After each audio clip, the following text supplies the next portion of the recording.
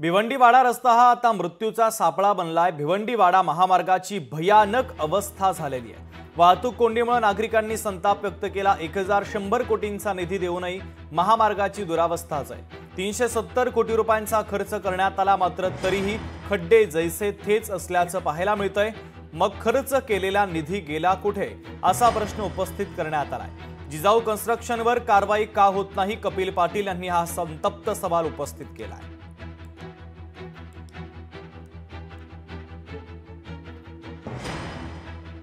तर याचा आढावा घेतला आमचे प्रतिनिधी अभिजित हिरे यांनी। आपण ऐकूया।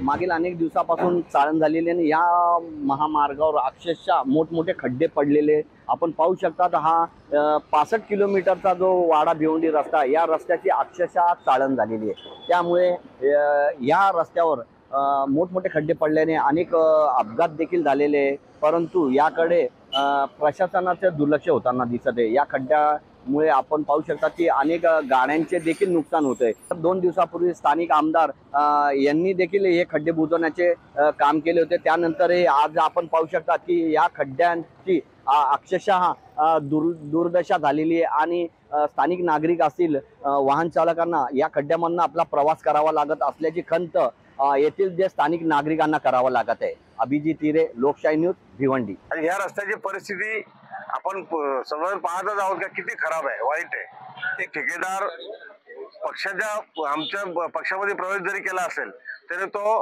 पक्षाचा नेता नसून या कंपनीचा मालक आहे, ठेकेदार आहे।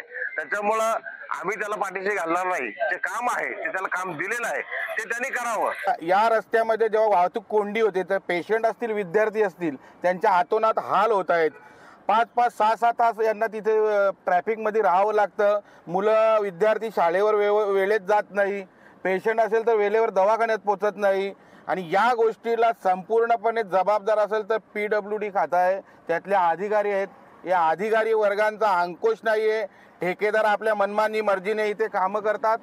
खड्डे असले ते भरत नाही, काय नाही। जर काम चालू असेल तर त्याची कुठली प्रकारची सूचना न देता, कुठल्याही प्रकारचा सुरक्षितता न करता आपल्या मनमानी पद्धतीने काम चालू आहे।